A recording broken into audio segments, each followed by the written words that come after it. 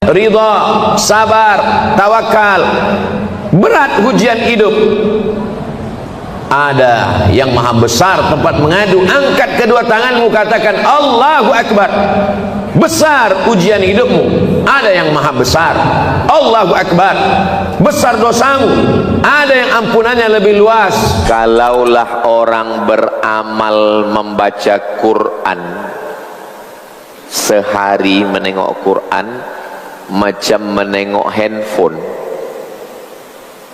Berapa kali tengok handphone? Sebanyak itu. Tak usahlah 100%, tak usahlah 100%, 50% aja menengok Quran sebanyak menengok handphone.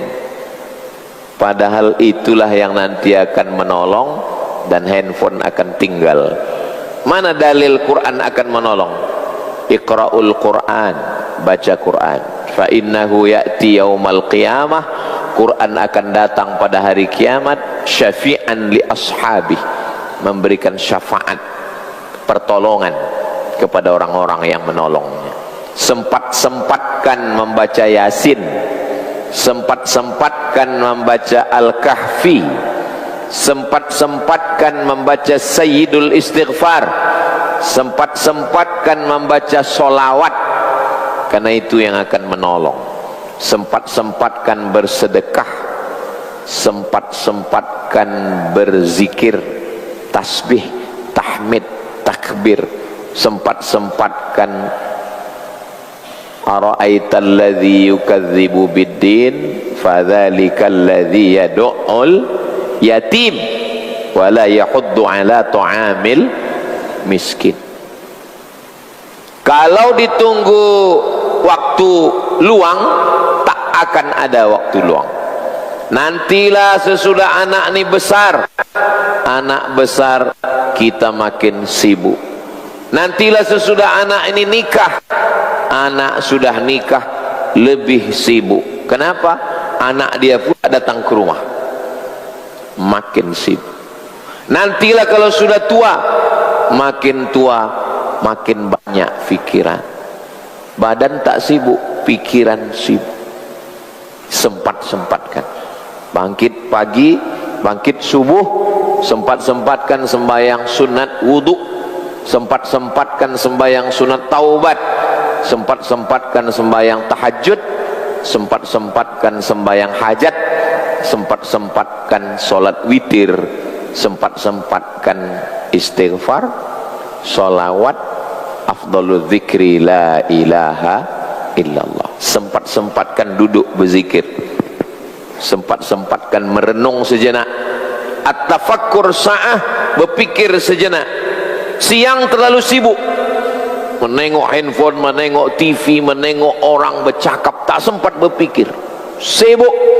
Malam lapang, berpikir sejenak, saya ini mau kemana, selepas ini mau kemana, yang mau dibawa ni apa, ni tinggal semua, tinggal semua. Yang tinggal dengan kita ini hanya satu, wa amalu. Hadisnya ini muttafaqun alaih, ada dalam Sahih Bukhari dan ada dalam Sahih Muslim, sama macam yang tadi. Kita teruskan 462. Wa anhu, sama dari Anas juga. Kenapa Anas bin Malik ni banyak betul meriwayatkan hadis? Karena Anas bin Malik serumah dengan Nabi Muhammad sallallahu alaihi wasallam. Oh, beruntung betuahnya Anas bin Malik, bukan sezaman dengan Nabi, serumah dengan Nabi. Kenapa dia bisa serumah dengan Nabi? Emaknya datang menjumpai Nabi waktu Nabi pindah ke Madinah. Waktu ke Makkah belum. Sampai Nabi ke Madinah, datang perempuan namanya Ummu Sulaim. Ya Rasulullah, ada orang kaya mengasih kebun kurma, Abu Dihdah. Ada orang kaya mengasih kebun, ada perigi sumur, Abu Talhah. Ada orang memberikan uang, Utsman bin Affan, Abdurrahman bin Auf, Sa'ad bin Rabi', memberikan kuda, memberikan tanah. Saya hanya perempuan biasa, saya tak kaya. Inilah saya kasih anak saya menjadi pembantu engkau. Tengok, perempuan ini punya idea yang tak terfikirkan laki-laki. Tak ada laki-laki berfikir untuk menyerahkan anaknya ke Nabi, tapi dia berfikir. Termasuk mimbar pun perempuan yang punya ide. Nabi menyampaikan khutbah bersandar ke batang kurma. Datang seorang perempuan, laha najjar, dia punya tukang kayu. Ya Rasulullah, ya, saya punya tukang kayu di rumah. Ya, boleh saya buatkan mimbar supaya engkau boleh tegak di atas mimbar itu? Kata Nabi, boleh. Perempuan selalu punya ide-ide yang luar biasa. Itu maka perempuan itu mesti diarahkan akalnya itu kepada yang baik. Dia mesti dibawa mengaji, karena dia selalu banyak idea. Kalau dia tidak dibawa mengaji, dia punya ide yang lain. Dia mau shopping, dia mau itu. Dia punya ide, dia banyak pikiran dia. Maka dia mesti dibawa mengaji, dibawa tentang akhirat. Di zaman Nabi, perempuan itu dibuatkan satu majlis khusus untuk perempuan yang tak ada laki-laki di dalam, karena mereka malu bertanya masalah perempuan. Diserahkannya anak. Umur Anas 10 tahun. Ya Rasulullah, ni anak saya tinggal bersama engkau. Anas bin Malik menyiapkan selipar sendal Nabi. Anas bin Malik menyiapkan air wuduk Nabi. Anas bin Malik menyiapkan. Khadimtun Nabi 10 sinin. Saya menjadi pembantu Nabi 10 tahun. Selama Nabi di Madinah 10 tahun, pagi, petang, siang, malam di rumah Nabi. Anas bin Malik.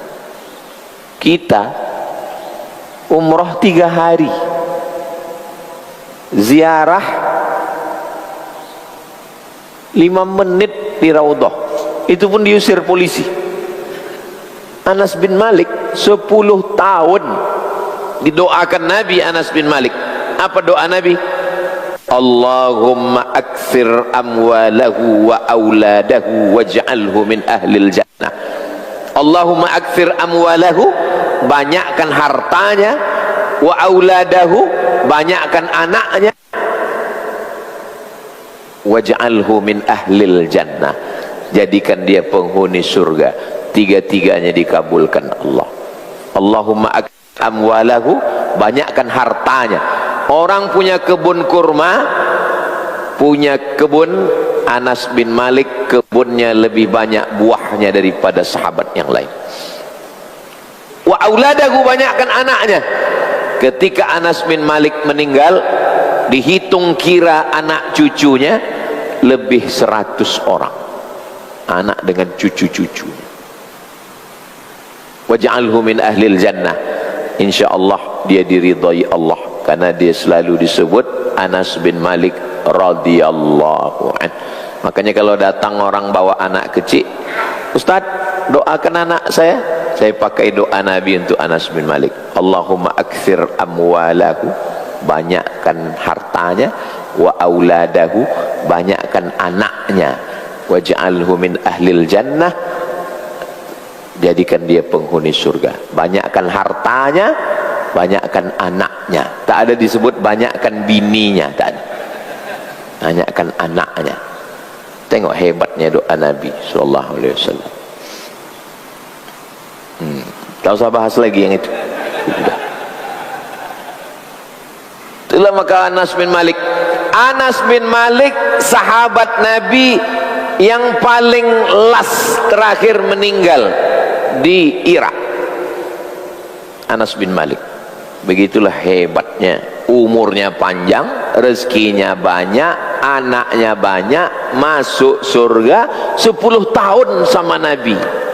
La ilaha illallah, masya Allah, tabarakallah. Beruntung betuah Anas bin Malik. Gara-gara siapa?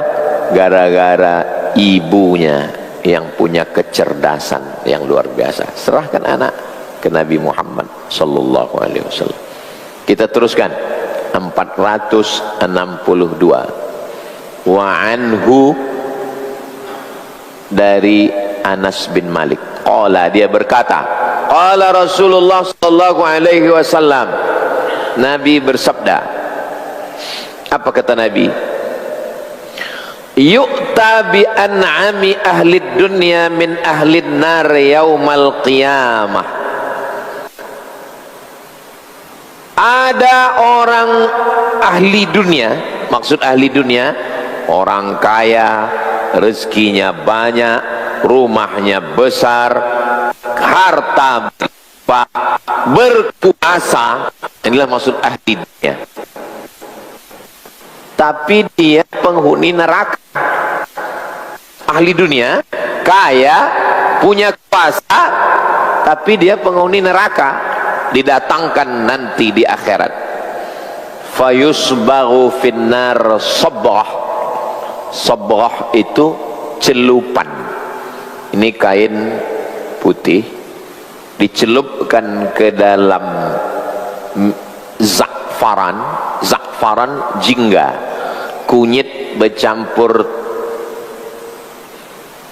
macam warna kunyit bercampur kapur sirih, itu warna za'faran. Kain putih celupkan sekali celup, kan berubah. Nah, begitulah penghuni neraka itu. Dulu waktu di dunia dia kaya, hartanya banyak, berkuasa, min ahli dunia. Dicelupkan dia ke dalam neraka waktu di akhirat, cup, habis itu dinaikkan lagi ke atas. Summa yuqalu, lalu ditanyakan kepada dia. Sesudah dinaikkan, tanya kepada dia, ya bena Adam, hei manusia. Kalau disebut anak Adam, itu maksudnya bukan Kabil dan Habil. Anak Adam itu maksudnya anak cucu manusia. Kita ini disebut dengan anak Adam. Jangan nanti waktu ditanya, ya bena Adam, enggak, saya anak Abdullah. Ya bena Adam maksudnya manusia. Dicelupkan dia ke neraka, ditarik ke atas, lalu ditanya, ya bena Adam, hai manusia, iya, hal ra'aita khairan qattu, apakah kau pernah menengok kebahagiaan? Apa jawab dia? Tidak. Padahal waktu di dunia kaya, hartanya banyak, duitnya banyak, emasnya banyak, tidurnya pun di atas sutra. Tapi waktu dia dimasukkan ke neraka, ditarik balik, ditanya, pernah kau merasakan kebahagiaan? Tidak. Hilang semua yang di dunia itu. Ditanya lagi pertanyaan kedua, hal marra bika na'imun qattu, pernahkah kenikmatan lewat, pernahkah kenikmatan lalu dalam kehidupanmu? Apa kata dia? La, tak pernah. Saking sakitnya, saking menderitanya neraka itu. Fir'aun, Qarun, Namrus, Abu Jahal, Abu Lahab, termasuklah yang hidup-hidup zaman sekarang, tak boleh disebut namanya. Waktu dicelupkan dia ke neraka itu, ditarik ke atas, ditanya, apa kata Allah? Hal ra'aita khairan qattu, pernah biji matamu menengok kebahagiaan, kebaikan? Tidak. Hal marra bika na'imun qattu, pernah lewat dalam kehidupanmu? Tidak. Sakingkan sakitnya neraka itu. Fayaqulu, apa jawab dia? Wallahi ya Rabb, la, tak pernah.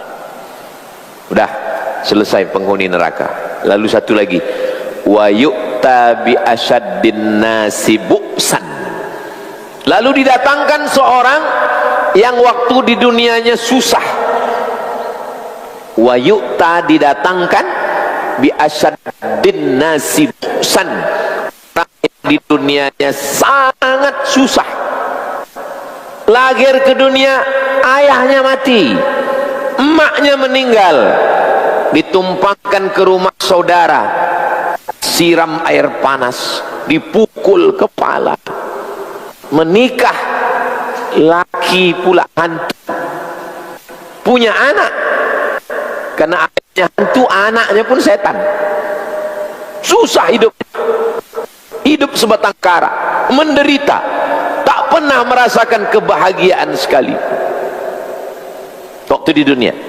Tapi rupanya dia di akhirat masuk surga, min ahlil jannah, lalu dicelupkan dia ke dalam surga. Dicelupkan dia ke dalam surga, cup, satu celupan, diangkat lagi, lalu ditanya kepada dia, ya bena Adam, hai anak Adam, hal ra'aita bu'san qattu, pernah kau susah, pernah kau sakit, pernah kau menderita?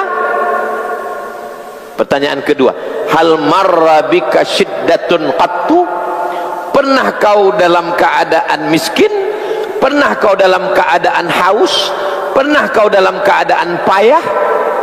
Apa jawab dia? La wallahi, aku tak pernah merasakan kesusahan. Hadis nilai yang selalu menghibur saya kalau saya sedang susah, bahwa kesusahan yang kita rasakan sekarang ini, kalau kita masuk surga nanti, insya Allah masuk, insya Allah, amin. Dari bunyi aminnya macam tak yakin masuk surga. Sesusah apapun kita sekarang, susah hati, susah pikiran, susah badan, susah menghadapi suami, susah menghadapi mantu, susah menghadapi jiran, nanti di akhirat waktu dicelupkan Allah kita ke surga itu, habis itu Allah tanya kita, pernah kau susah? La wallah, tak pernah ya Allah. La, kata dia, la wallahi, demi Allah, ma marra bi bu'sun qattu, tak pernah aku merasakan kesusahan walaupun sekali, qattu, sekali pun tak pernah hilang kesusahan itu. Wala ra'aitu, dan aku tak pernah menengok syiddatun qattu, tak pernah pula aku ra'aitu, menengok, jangankan merasakan ke badan, jangankan merasakan ke hati, jangankan masuk ke pikiran, menengok kesusahan itu pun aku tak pernah. Saking kan hebatnya balasan surga. Itulah keadilan Allah, itulah keadilan Allah. Orang yang menggali parit dari pagi, belum lagi kita keluar rumah dia sudah menggali parit, makannya pun lambat. Petang balik ke rumah, anak menangis, bini menangis. Sampai masa gajian, apa kata bos? Gaji tak ada. Kenapa bos? Duit dari pemerintah belum cair, efisiensi. Padahal duit itu ada, dimakannya. Di manalah letak keadilan? Akhirat. Kalau letak ada keadilan akhirat itu, dunia ini bukan tempat keadilan. Yang seadil, alaisallahu bi ahkamil hakimin, hakim yang betul-betul adil itu nantilah di akhirat. Di dunia ini jangan pernah terlalu berharap kepada dunia, kecewa, berharap kepada manusia, sakit hati. Kekecewaan yang paling tinggi adalah pengharapan kepada dunia. Maka jangan pernah berharap. Dicelupkan Allah sekali celupan aja dalam surga itu, cup, lupa kita semua kesakitan penderitaan di dunia ini. Tulis hadis ini besar-besar, tempelkan ke dinding. Asal susah, tengok. Tempelkan ke handphone. Asal susah, tengok. Lapang hati kita. Kalau sedang senang, jangan tengok. Sedang susah, tengok. Rawahu Muslimun, hadis ini hanya ada dalam Sahih Muslim, di Sahih Bukhari tak ada. Berarti dia masuk level 3. Paling tinggi ada dalam Sahih Bukhari, ada dalam Sahih Muslim. Nomor 2 ada dalam Sahih Al-Bukhari. Nomor 3 ada dalam Sahih Muslim. Ibn al-Hajjaj Al-Qushairi An-Naisaburi, murid dari Imam Muhammad bin Ismail bin Ibrahim bin Al-Mughirah bin Bardizbah Al-Bukhari, murid Imam Bukhari. Meninggal tahun 200, Imam meninggal tahun 261. Gurunya Imam Bukhari 256. Muridnya meninggal 261. Imam Muslim. Kita teruskan 463. Wa 'anil Mustawrid ibni Shaddad, ada sahabat Nabi namanya Al-Mustawrid ibni Shaddad. Banyak betul sahabat Nabi itu Pak Ustadz, ya. Berapa orang? 120 sekian ribu. Oh, banyak. Setengah penduduk kecamatan Tampan penduduk sahabat Nabi. Lebih banyak daripada penduduk Padang Panjang. Padang Panjang 60 ribu, Bukit Tinggi 70 ribu. Kok Ustadz tahu? Pilkada kan ada datanya. Sahabat Nabi itu lebih 100 ribu, banyak. Tapi yang ada biografinya hanya 12 ribu. Itulah yang disusun ulama dalam Hayatus Sahabah, Usudul Ghabah, Al-Isti'ab fi Ma'rifatil Ashab, buku-buku biografi, Syiar A'lam An-Nubala. Cari buku khusus biografi sahabat Nabi, yang ada biografinya 12 ribu. Kenapa? Karena yang lain tak ada meriwayatkan hadis. Siapa itu sahabat Nabi? Man ra'an Nabi sallallahu alaihi wasallam, matanya pernah menengok Nabi, wa amana bihi, beriman dengan Nabi, wa mata 'alal Islam, meninggal dalam keadaan Islam. Itulah sahabat Nabi. Abu Lahab menengok Nabi, tidak sahabat Nabi, karena tak beriman dan tidak masuk Islam dan tak mati dalam keadaan Islam. Abu Lahab, Abu Jahal menengok Nabi, tapi tak dapat suhbah, sezaman dengan Nabi, hidup sama-sama Nabi, menolong Nabi, tidak disebut sahabat karena tak berjumpa dengan Nabi. Uwais Al-Qarni, dia di Yaman, Nabi di Makkah, Madinah. Najasyi, Raja Ethiopia, sezaman dengan Nabi, menolong Nabi. Sahabat Nabi yang hijrah ke Habasyah ditolongnya, tapi bukan sahabat Nabi karena tak menengok Nabi. Jadi waktu Nabi haji wada' itu, ada sahabat Nabi yang menengok jauh dari bawah pokok kayu, sahabat Nabi, walaupun tak meriwayatkan hadis dari Nabi. Waktu Nabi pindah ke Madinah, datang orang membawa budak kecil, dikunyahkan Nabi kurma, dimasukkan air ke mulutnya, sahabat Nabi, walaupun budak kecil nengok Nabi.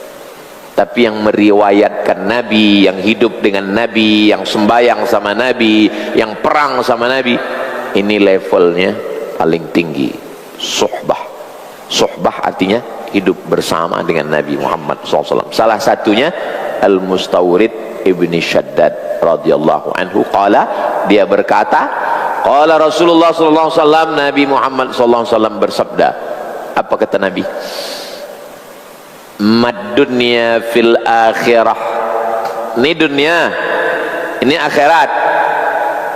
Perbandingan dunia dengan akhirat ini 50-50, 50-50, 70-30, 80-20, 90-10. Bagaimana perbandingan dunia ini dengan akhirat?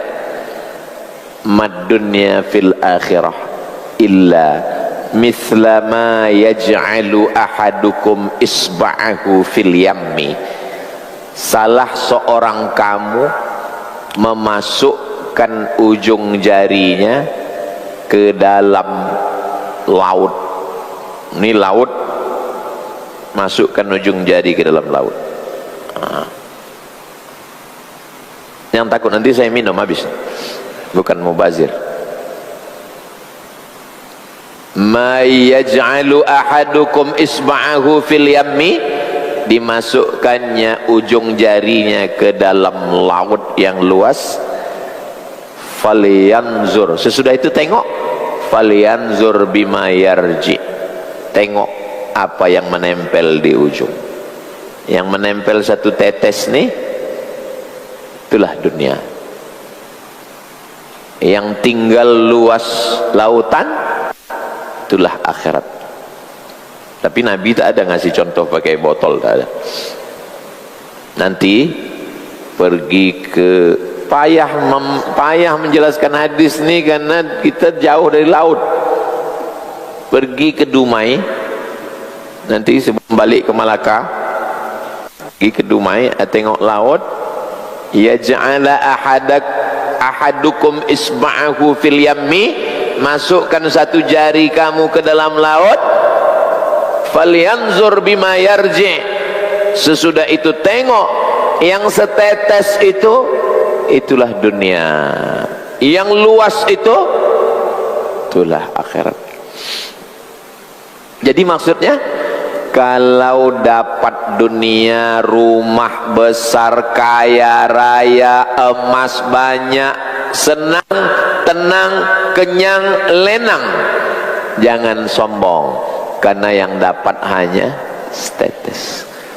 Susah, sakit, miskin, melarat, dizolimi orang, dihina orang, jangan sedih, karena yang dapat dari kesusahan itu pun hanya status.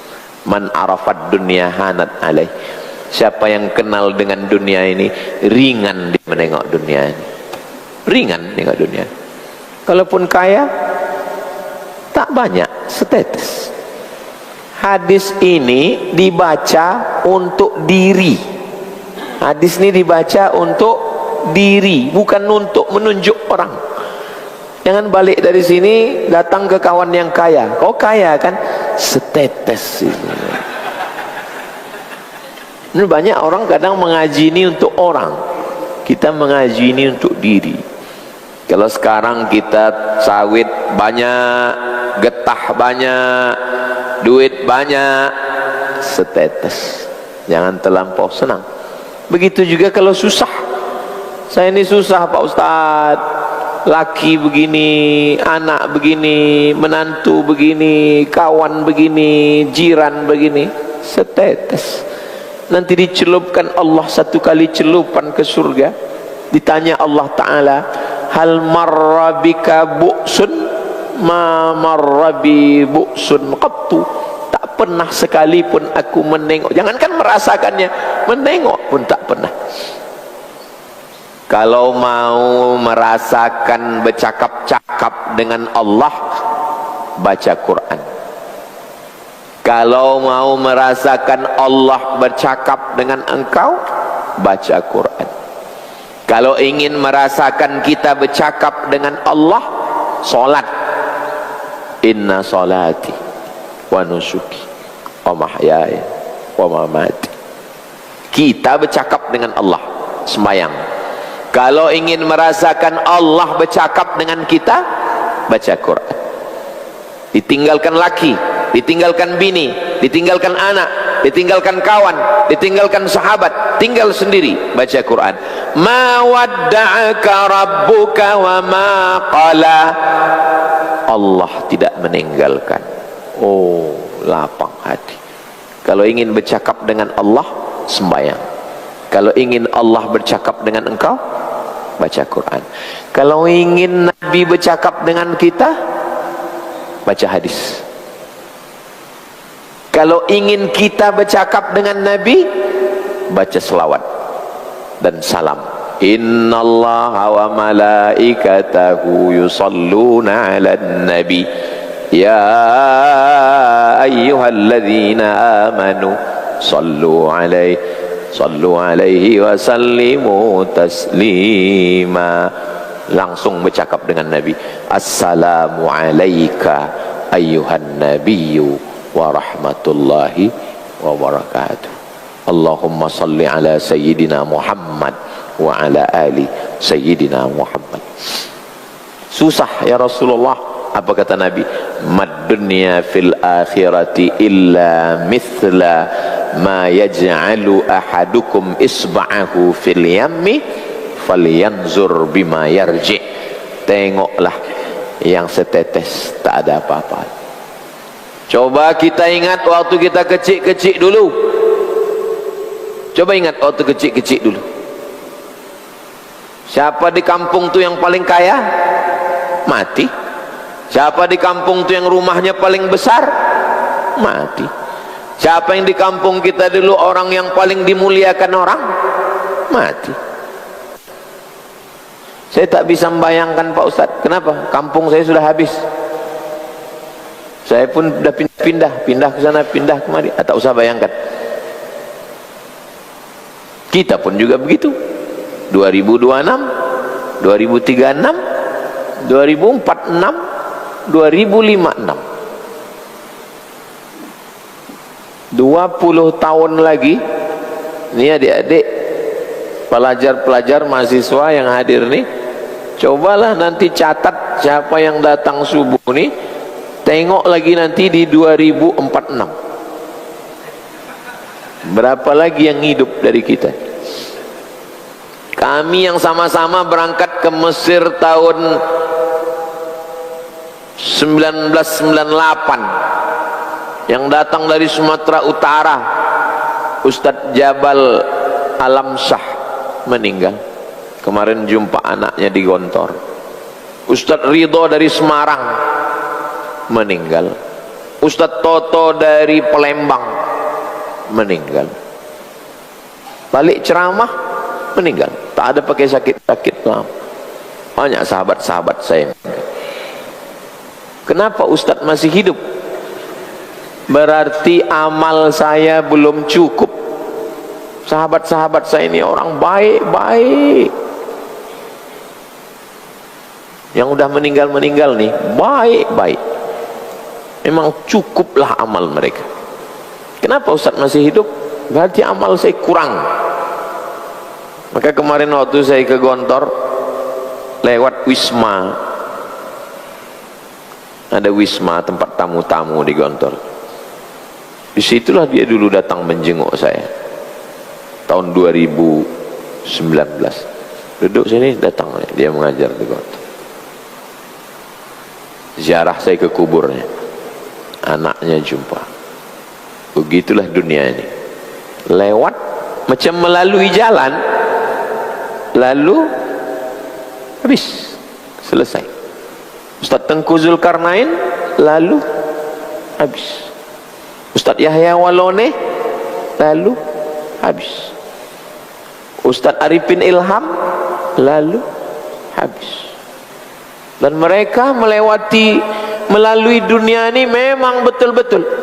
Ustadz Yahya Walone itu kemana-mana drive, nyetir sendiri. Pergi ke Rokan Hulu, pergi sendiri, tak ada takutnya. Ceramah, tausiah, tinggal. Ustadz Tengku Zulkarnain kemana-mana sendiri. Pernah jumpa saya di airport, bergantung dia di bis, bawa koper sebiji. Saya tanya, Ustadz kenapa tak bawa? Saya tak mau menyusahkan orang.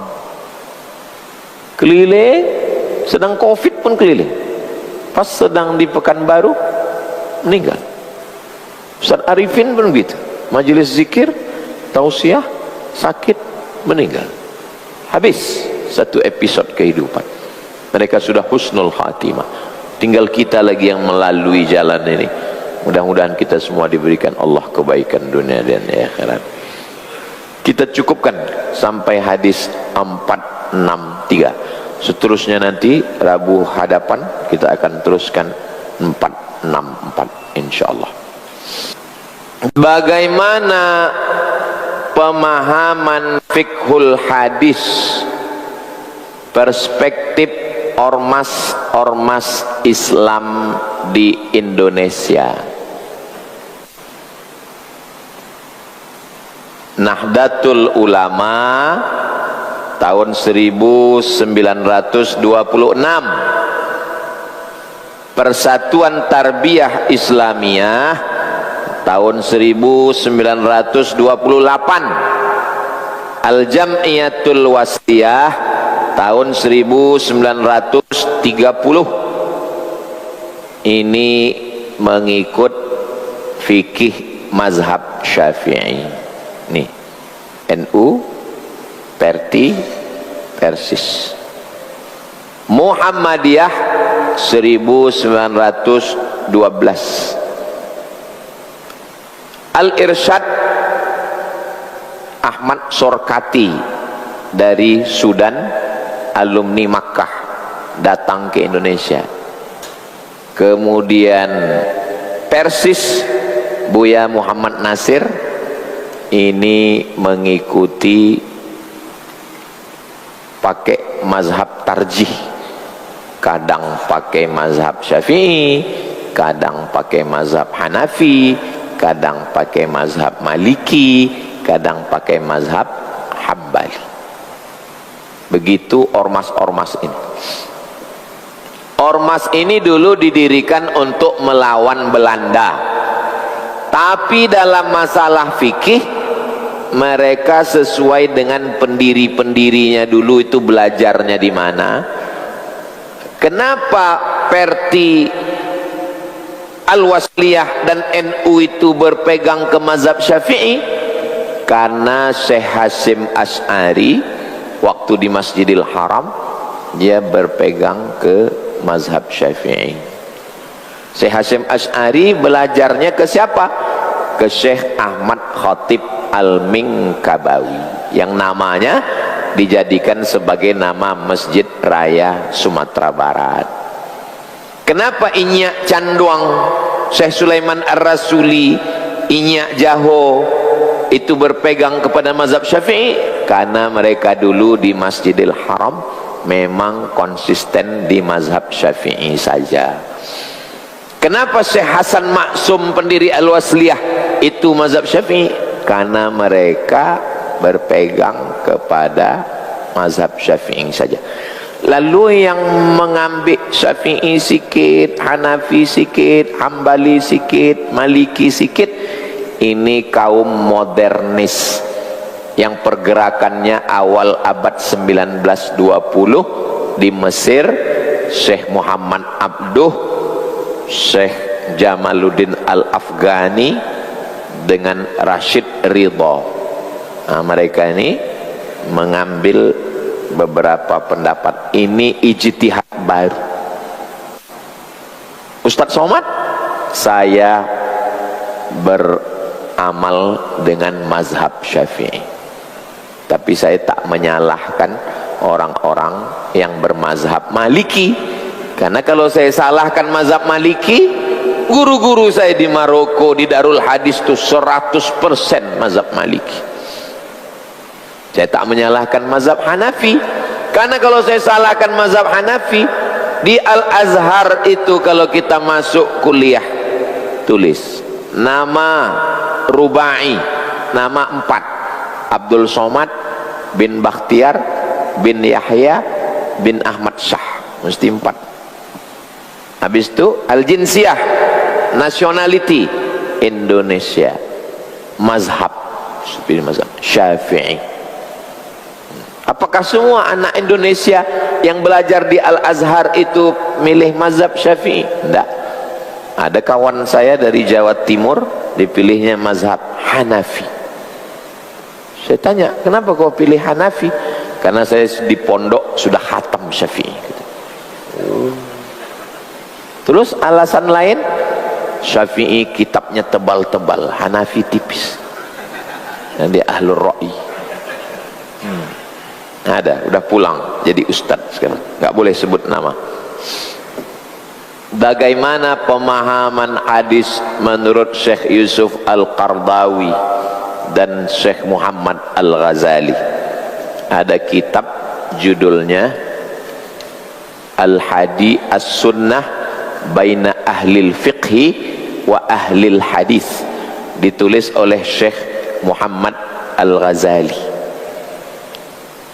As-sunnah baina ahlil hadis wa ahlil fiqh. Cari terjemah bahasa Indonesianya. Hadis menurut pemahaman ahli hadis dan ahli fiqih. Syekh Yusuf Qardawi murid dari Syekh Muhammad Al-Ghazali. Syekh Muhammad Al-Ghazali sezaman dengan Syekh Mutawalli Asy-Sya'rawi, Syekh Muhammad Al-Ghazali dan Syekh Abdul Halim Mahmud sezaman. Lahirnya belas-belas. Syekh Abdul Halim Mahmud dengan Syekh Mutawalli Sya'rawi 1911, sedangkan Syekh Muhammad Al-Ghazali 1916 atau 1917 sezaman.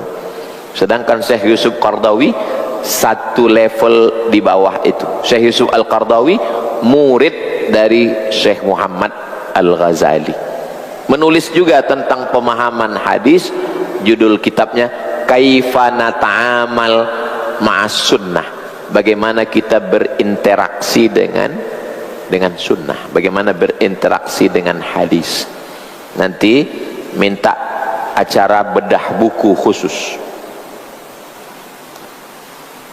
2 buku ini dibedah bagus. Yang pertama buku Al-Hadis As-Sunnah Baina Ahlil Hadis wa Ahlil Fiqh.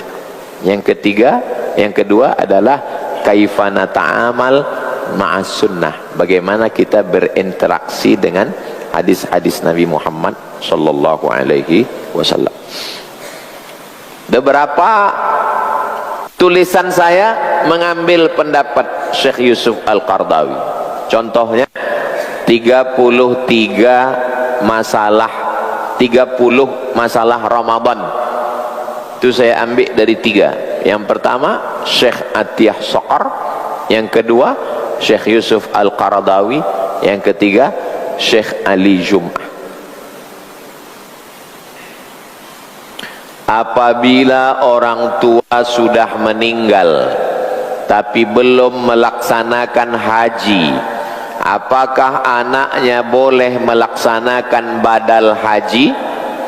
Datang seorang laki-laki, waktu haji dia mengatakan labbaik Allahumma syubrumah, labbaik Allahumma syubrumah, aku menghajikan syubrumah. Kata Nabi, man syubrumah? Siapa syubrumah? Akhi, saudaraku. Kau menghajikan syubrumah? Iya. Kau sudah haji? Belum. Hajikan dulu dirimu, baru hajikan syubrumah. Begitu orang dulu, saking sayangnya sama saudara, dihajikannya saudaranya, lupa dia dengan dirinya. Orang sekarang haji tiap tahun, lupa sama saudaranya. Apa pelajaran dari hadis ini? 1, boleh menghajikan orang lain. 2, walaupun tidak ada wasiat dari orang yang meninggal itu, karena saudaranya tak ada meninggalkan wasiat. 3, sahabat berani melakukan sesuatu tanpa bertanya kepada Nabi sallallahu alaihi wasallam. Tak ada dia bertanya ke Nabi, ya Rasulullah, saudaraku meninggal, bolehkah ku hajikan? Tidak ada. Dan Nabi menyetujui perbuatannya. Namanya hadis takriri namanya. Waktu Nabi mendengar dia labbaik Allahumma syubrumah, kenapa Nabi tak marah? Kullu bid'atin dhalalah wa kullu dhalalatin finnar. Karena perbuatannya bersesuaian dengan sunnah. 2, datang seorang perempuan, ya Rasulullah, ya ayah saya di kampung mau haji, tapi dia tak bisa tegak di atas unta, tulang belakangnya sudah rapuh, asal duduk jatuh, boleh saya hajikan? Boleh. Boleh menghajikan orang tua masih hidup tapi tak sanggup berangkat ke Makkah. Pemerintah Saudi Arabia memanggil menteri haji, bertanya, kenapa jamaah haji paling banyak meninggal dari Indonesia? Karena orang Indonesia berangkat haji, satu mau haji, kedua mau mati di sana. Jadi saya ditanya, Ustadz, macam mana lah caranya supaya jamaah haji yang tua ini jangan berhenti haji? Saya bilang susah, karena orang Indonesia pertama mau haji, kedua memang mau mati di sana. Bukan sekarang, dari dulu. Dari dulu orang Indonesia ini pergi haji naik kapal laut. Pertama naik pesawat 1977. Itu pesawat pertama. Sebelum itu naik kapal laut dari Belawan, Medan, dari Padang, Teluk Bayur, sampai ke Makkah tak balik-balik, nunggu mati. Akhirnya Makkah penuh. Diadukan peristiwa ini kepada Syarif, namanya Syarif Hussein. Syarif Hussein ini sebelum revolusi King Abdul Aziz 1924. Dulu di Makkah itu dipimpin oleh keturunan Sayyidina Al-Hasan, Sayyidina Al-Husain, anak Sayyidatuna Fatimah, anak Nabi Muhammad sallallahu alaihi wasallam. Namanya Syarif Hussein, digulingkan oleh Abdul Aziz pada tahun 1924. Syarif Hussein buat negara di Irak. Irak pecah, Irak jadi republik, yang satu lagi jadi kerajaan, namanya Yordania. Yang sekarang itu cucu Syarif Hussein, namanya Raja Abdullah bin Hussein bin Tolal bin Hussein, cicit dari Syarif Hussein. Jadi waktu itu orang yang tak mau balik ini dipanggil oleh Syarif Hussein, Sikos Bantah, terjemahan bahasa Minang. Ditanyanya, kenapa tak mau pulang? Saya mau mati di Makkah, Syarif. Oh, iyalah, besok pagi datang, saya baliklah ke kampung. Kenapa? Tapi mau mati di Makkah. Mimpi tadi malam. Apa mimpinya? Banyak keranda yang dari Makkah dibawa keluar, banyak yang dari luar dibawa ke Makkah. Apa maksudnya? Kalau kita baik, walaupun mati di Rimbo Panjang, dibawa juga kita ke Makkah. Kalau kita tak baik, walaupun mati di samping Ka'bah, dibawa juga keluar. Maka kata dia, kalau begitu saya izin balik ajalah. Tapi kalau ini diceritakan, tidak mengurangi minat orang untuk mati ke Makkah. Maka yang sakit-sakit mau berangkat juga ke Makkah. Kenapa? Karena niatnya mau mati di Makkah. Apakah anaknya boleh melaksanakan badal haji? Bagus, termasuk birrul walidain, bakti kepada orang tua. Anak yang melaksanakan badal haji mesti sudah pernah haji atau boleh belum haji? Kalau anaknya sudah haji, haji yang kedua untuk orang tua. Labbaik Allahumma hajja an fulan bin fulan. Aku hajikan ayahku fulan bin fulan. Haji. Kalau anaknya belum haji tapi ingin membadalkan haji, dia cari mahasiswa yang dari Mesir.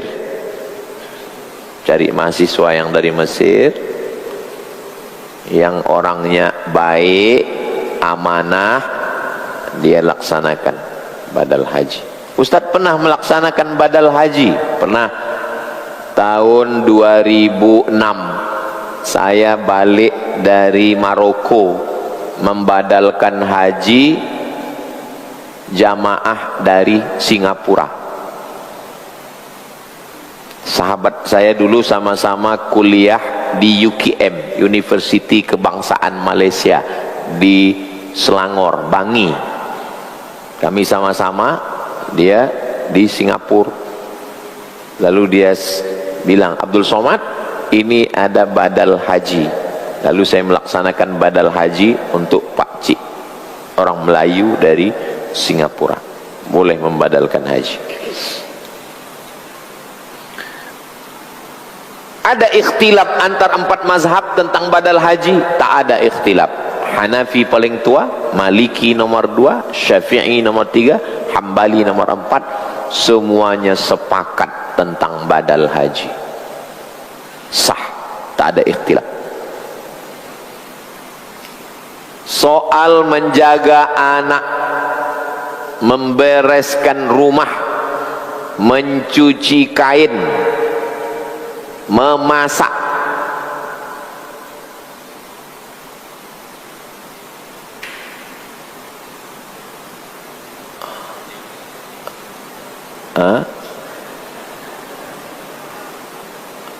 bila istri bekerja, ini ada di pangkal. Bila istri bekerja, lalu siapa menjaga anak, siapa membereskan rumah, siapa mencuci kain, siapa masak, terabaikan.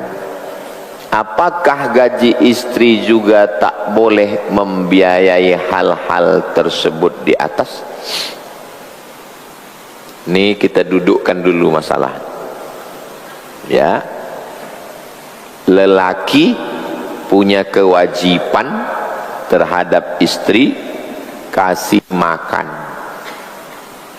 kasih pakaian, kasih tempat tinggal, rumah, kasih pendidikan, kasih perhatian melalui cakap, melalui hadiah. 5 ini kewajiban suami.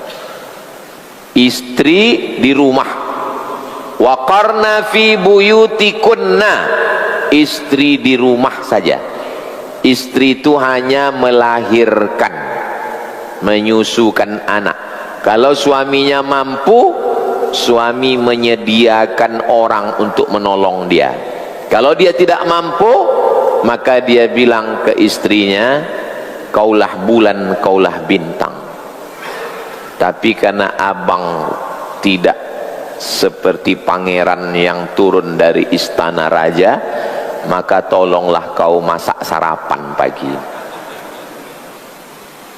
Kalau istri bekerja, maka mesti ada 5 syarat. Yang pertama, izin suami. Tak boleh perempuan melangkah keluar rumah 1 langkah tanpa izin suami. Yang kedua, la tabarrajna tabarrujal jahiliyatil ula, tak boleh bersolek-solek jahiliyah. Yang ketiga, la yadribna bi arjulihinna, jangan memukulkan kaki ke lantai pakai gelang kerincing kerincing kerincing supaya laki-laki menengok. Yang keempat, la yakhluwanna rajulun ma'amra'atin illa ma'adhi mahramin, jangan berdua-dua satu bilik dengan perempuan, dengan laki-laki tak mahram. Yang kelima, la takhda'na bil qaul, jangan bersuara mendayu-dayu, lemah gemulai. Yatma'alladzi fi qalbihi marad, karena ada laki-laki yang tak tahan mendengar suara perempuan. Jaga ini, bilang sama istri, kuizinkan engkau bekerja dengan syarat kau jaga yang 5 ini. Kata istri, saya siap bekerja. Kata suami, saya pun bekerja. Siapa yang jaga anak? Siapa memasak? Siapa membersihkan rumah? Maka bermusyawarah mereka. Wa amruhum syura bainahum, bermusyawarah. Karena kau kerja dan aku pun kerja, anak tak ada menjaga. Kalau kita kasih orang lain, banyak anak kena hempaskan, banyak anak kena pukul. Biar supaya dia merasa ini anak kita, kalau begitu izinkan aku berbini 1 kali lagi. Itulah yang paling the best. Kalau berani. Kan begitu bunyi ayat dalam Quran. Fankihu ma tabalakum minan nisa'i masna wa thulatha wa ruba'. Fa in khiftum, kalau kamu takut, fawahidah. Nah, satu cukup. Jadi siapa yang kerja? Musyawarah. Gaji saya 2.500.000 ringgit, gaji kamu 2 juta karena kamu kerja. Nah gini, ini kita bayar orang untuk menolong kita, bermusyawarah. Kalau tidak begitu nanti hancur berkeping ini. Dan kamu kalau sudah pulang dari kerja, pulang jangan lagi main handphone, pergilah ke dapur, buatkanlah teh, antarkanlah ke suami.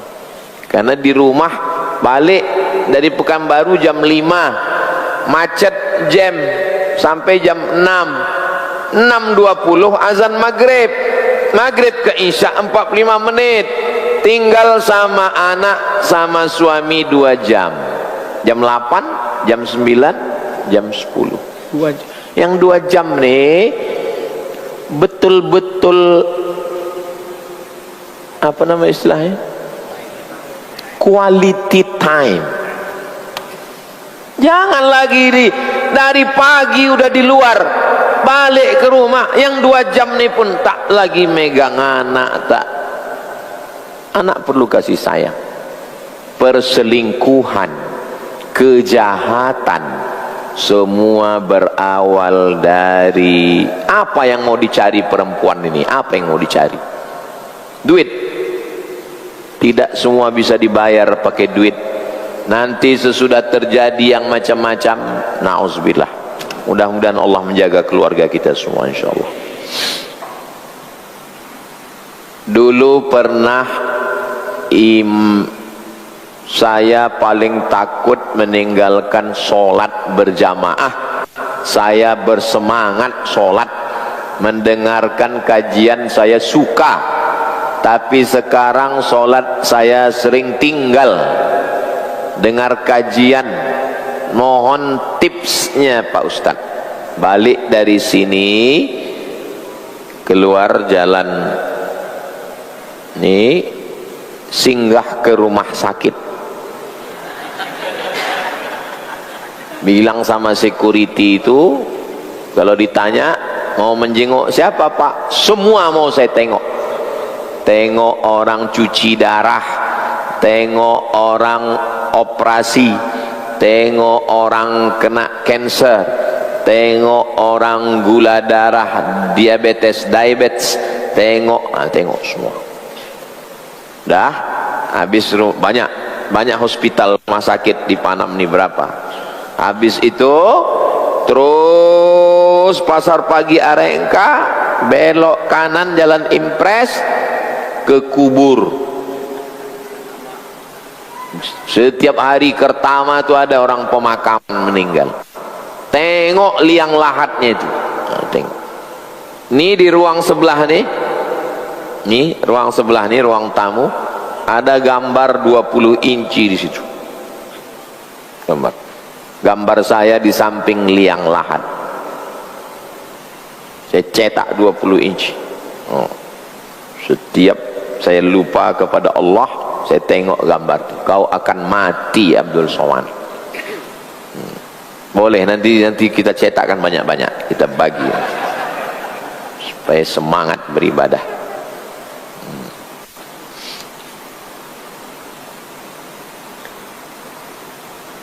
Amar ma'ruf nahi mungkar. Kita bisa mengamalkan amar ma'ruf nahi mungkar. Bagaimana mengamalkan amar ma'ruf nahi mungkar? Man ra'a minkum mungkaran, siapa yang menengok kemungkaran, falyughayyirhu biyadi, dengan tangan. Tengok ada tempat orang berzina, dengan tangan. Tempat berzina tutup, bisa. Siapa yang melakukan itu di Pekanbaru? Bapak Dr. Andus Herman Abdullah. Berani orangnya. Pak Herman. Hebat Pak Herman Abdullah. Allah maghfir lahu warhamhu wa'afihi wa'fu anhu. Meninggal. Satu tanda tangan penguasa lebih hebat daripada 100 fatwa ulama. Haram, haram. Orang nggak takut. Tapi ulama menyampaikan ke penguasa, haram. Buatkan perdanya Pak, tutup. Bisa. Tangan, tak sanggup dengan tangan, fabilisani, ajak jamaah turun ke jalan, ke tempat-tempat, tutup, tutup, tutup. Anak-anak muda, tutup. Waktu pagi, malamnya masuk ke situ.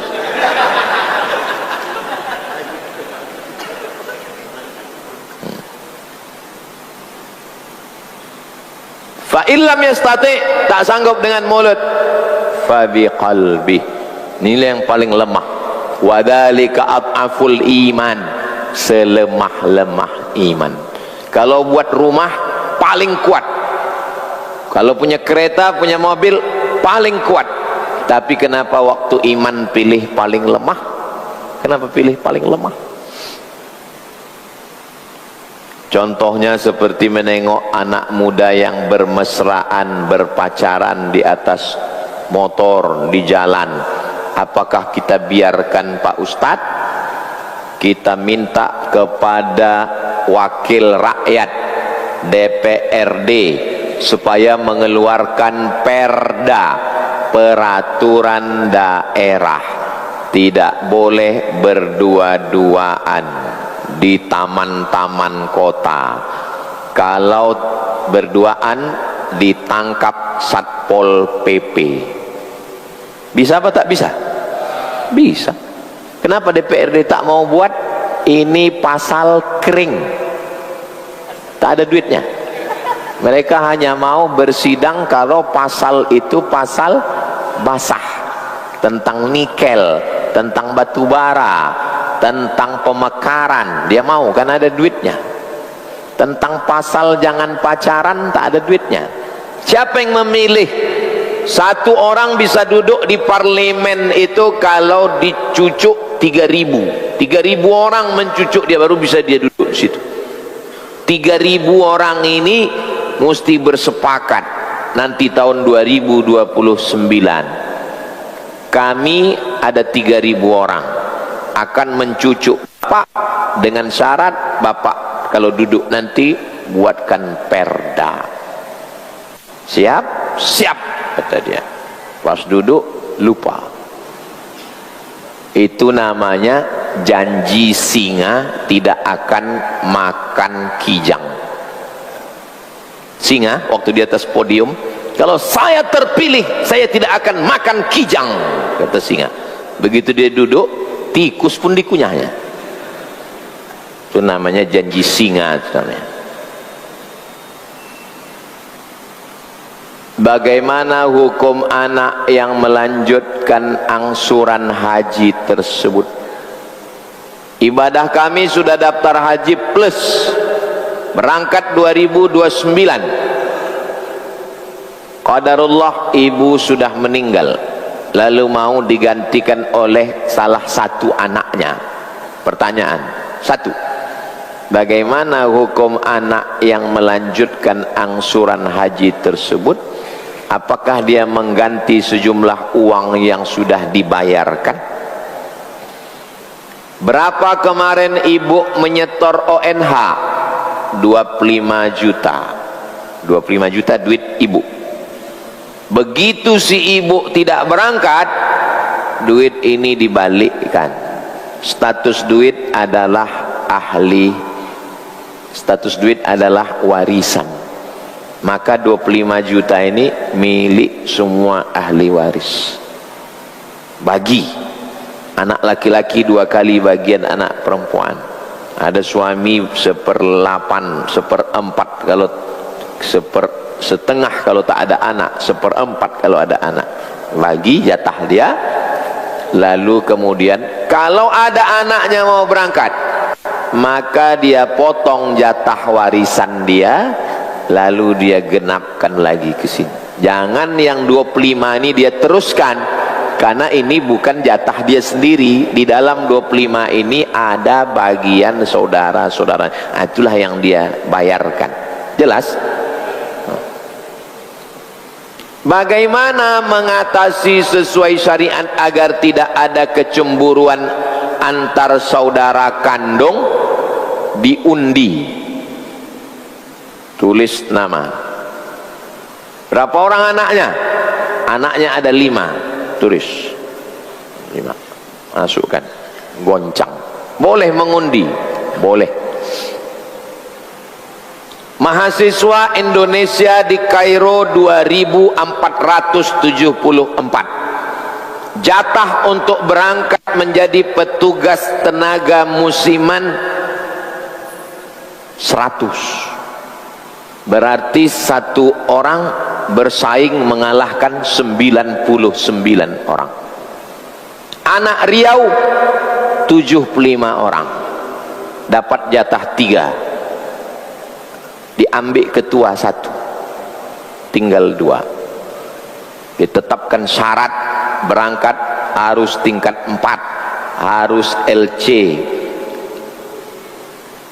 Yang cukup syarat 6 orang. Namanya tulis kecil. Siapa yang namanya diambil tidak berangkat.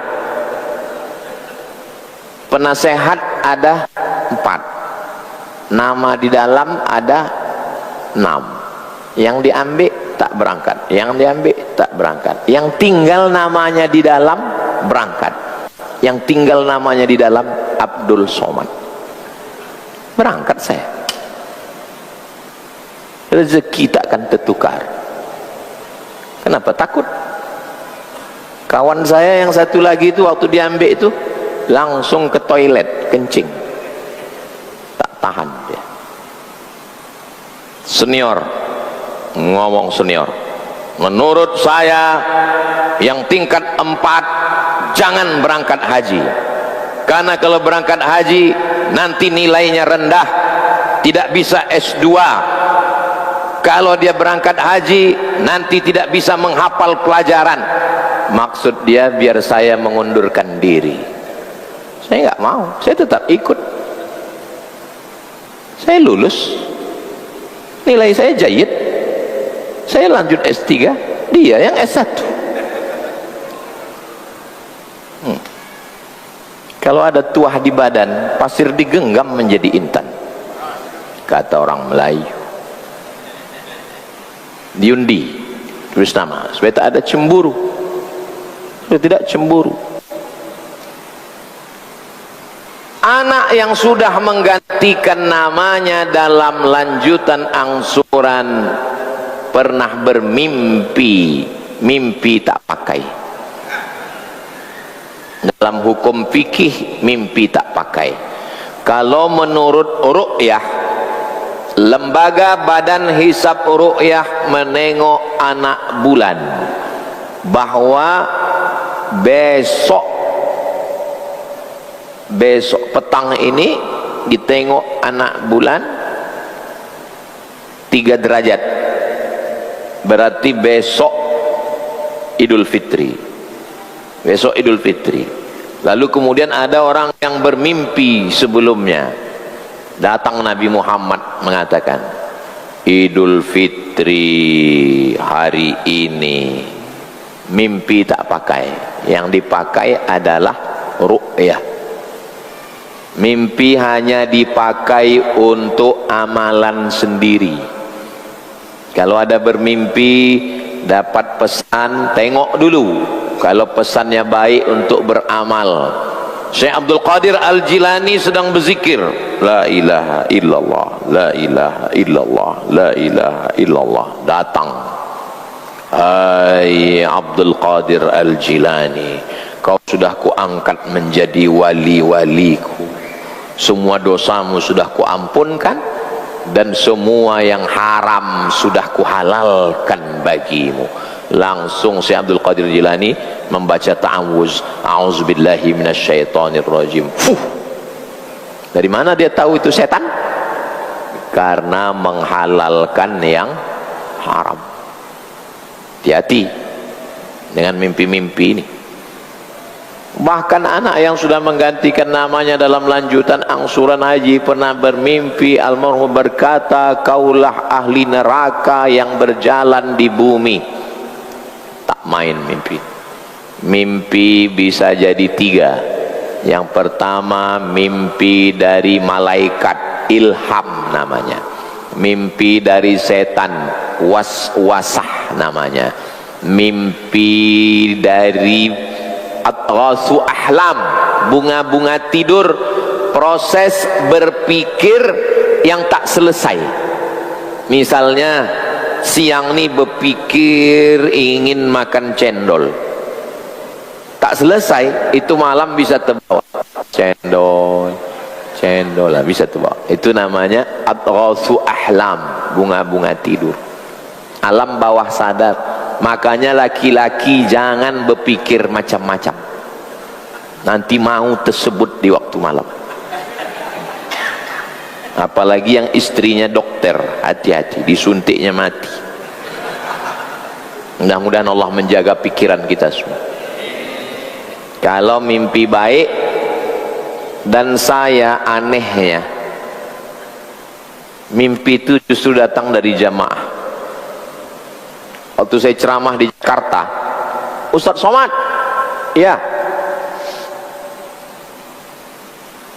saya menengok Ustadz duduk dengan Habib, ada Habib Umar di situ, dan ada Ustadz duduk di situ. Apa artinya Ustadz?